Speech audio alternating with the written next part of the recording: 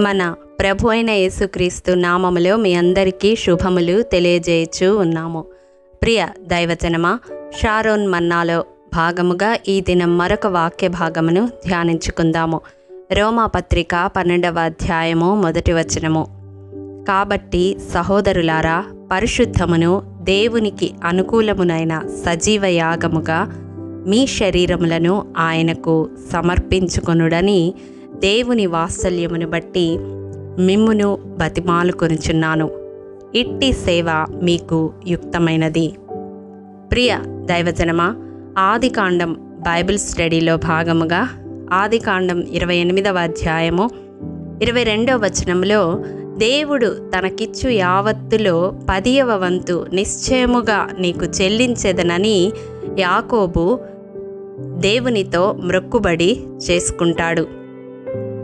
తనకు దేవుడు ఇవ్వబోయే సంపద విషయంలో యాకోబు ఈ మ్రొక్కుబడి చేశాడు.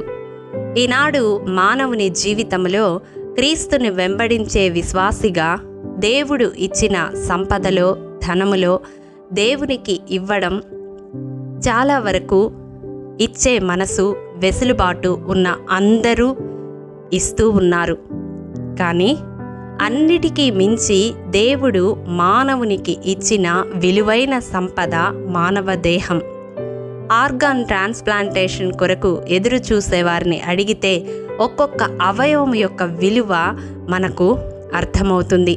మరలా అవి అమర్చితే ఎంతకాలం పనిచేస్తాయో తెలియదు.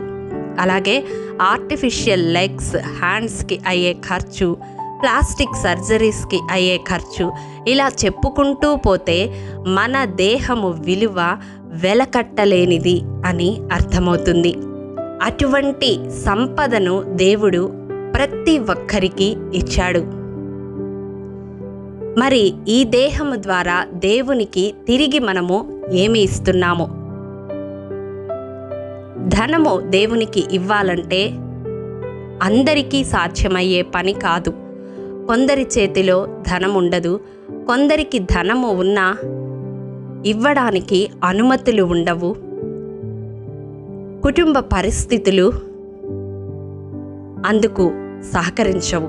కానీ వ్యక్తిగతంగా ప్రతి విశ్వాసికి దేవుడు ఇచ్చిన విలువైన సంపద అయిన దేహమును సజీవ యాగముగా దేవునికి సమర్పించి సేవ చేయవచ్చు. మరి అటువంటి దేహము ద్వారా దేవునికి మనము తిరిగి ఏమి చెల్లిస్తూ ఉన్నాము? దేహము ద్వారా మనము ఏమి దేవునికి ఇవ్వగలము? ఒక్కసారి ఆలోచిస్తే మానవ ఆయుష్ బైబిల్ ప్రకారం 70 లేదా 80 సంవత్సరాలు అనుకుంటే దానిలో 1/10 8 సంవత్సరాలు. మరి గంటలలో చూస్తే 70,080 గంటలు. ఇవి దేవునివి కాదా? మరి మనము దేవునికి ఇచ్చేవారముగా ఉన్నామా? మన సమయములో 1/10 దేవునికి ఇస్తూ ఉన్నామా? అలాగే దేవుడు మనకు ఇచ్చిన జ్ఞానము, దానిని దేవుని కొరకు కొంతైనా ఉపయోగిస్తూ ఉన్నామా? దేవుడు ఇచ్చిన జ్ఞానమంతా మన జీవితాన్ని సెటిల్ చేసుకోవడానికి, జీవితంలో ఉన్నత శిఖరాలు అధిరోహించడానికి మాత్రమే ఉపయోగిస్తూ ఉన్నామా? ఇంకా చూసినట్లయితే దేవుడు మనకిచ్చిన తలాంతులు, ప్రతి మనిషికి దేవుడు ఏదో ఒక టాలెంట్ ఇచ్చి ఉంటాడు. అవి ఏవో గొప్పవి కానవసరం లేదు. చక్కగా వండి పెట్టడం కూడా ఒక తలాంతే. మరి మందిర పరిచర్యలో ప్రతి చిన్న పని ఒక తలాంతే. యవన బిడ్డలుగా ఎడిటింగ్ చేసుకుంటూ ఫొటోస్ రకరకాల స్టిల్స్లో దిగుతూ లైక్స్ కోసం, మనుషులను సంపాదించుకున్నట కోసం, వారి మెప్పు కోసం సోషల్ మీడియాలో పెడుతూ ఉంటారు. కానీ అదే జ్ఞానమును దేవుని కొరకు ఉపయోగించేవారు ఎందరు? అదే తలాంతును దేవుని కొరకు ఉపయోగించేవారు ఎందరు? ఒక్కసారి పరిశీలించుకుందాం.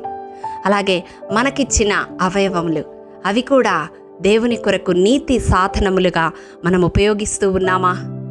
చివరిగా దేవుడు మనకిచ్చిన బిడ్డలు, దేహము ఉంటేనే కదా మనము బిడ్డలు కనగలిగేది.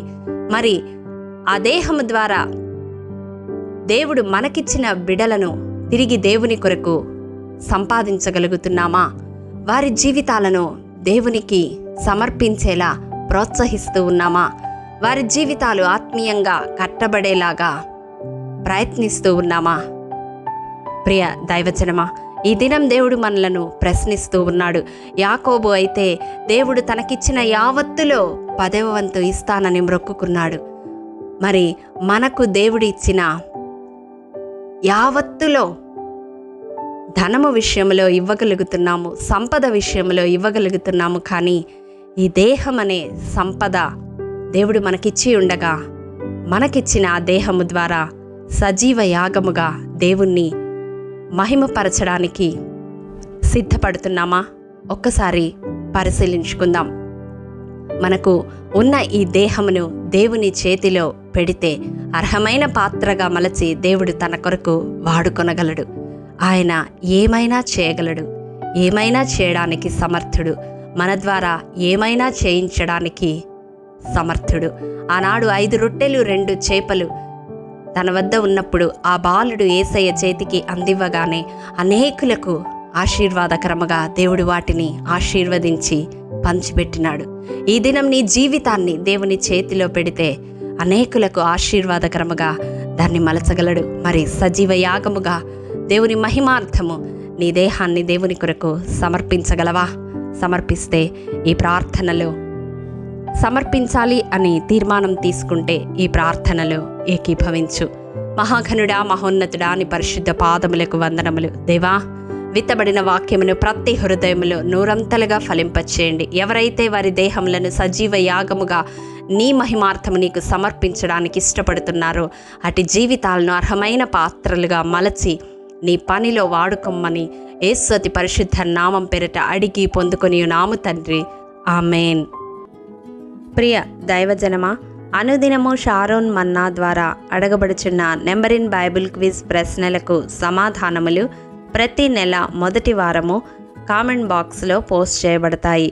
కాబట్టి గమనించి మీకు తెలియని ప్రశ్నలకు సమాధానములు తెలుసుకొనగలరని ప్రభు పేరట మనవి చేయుచూ ఉన్నాము. ప్రియ దైవజనమా, ఈ దినం నెంబర్ ఇన్ బైబిల్ క్విజ్ ప్రశ్న: యోవాషు ఏలుబడిలో 23వ సంవత్సరము వరకు ఎవరు మందిరము యొక్క శిథిలమైన స్థలములను బాగు చేయక ఉండిరి? మీ సమాధానం మాకు తెలియజేస్తారు కదూ. ప్రభు కృప మనందరికీ తోడైండునుగాక. ఆమేన్. ప్రియ దైవజనమా, ఈ దినము జన్మదినము, వివాహ దినము జరుపుకుంటున్న వారికి షారోన్ గ్రూప్ తరపున హృదయపూర్వక శుభాకాంక్షలు తెలియజేయుచూ ఉన్నాము. దేవుడు శ్రేయస్కరమైన ఆశీర్వాదములతో ఈ సంవత్సరాది నుండి సంవత్సరాంతము వరకు మిమ్ములను నింపాలని ప్రార్థిస్తూ ఉన్నాము. ఆమేన్.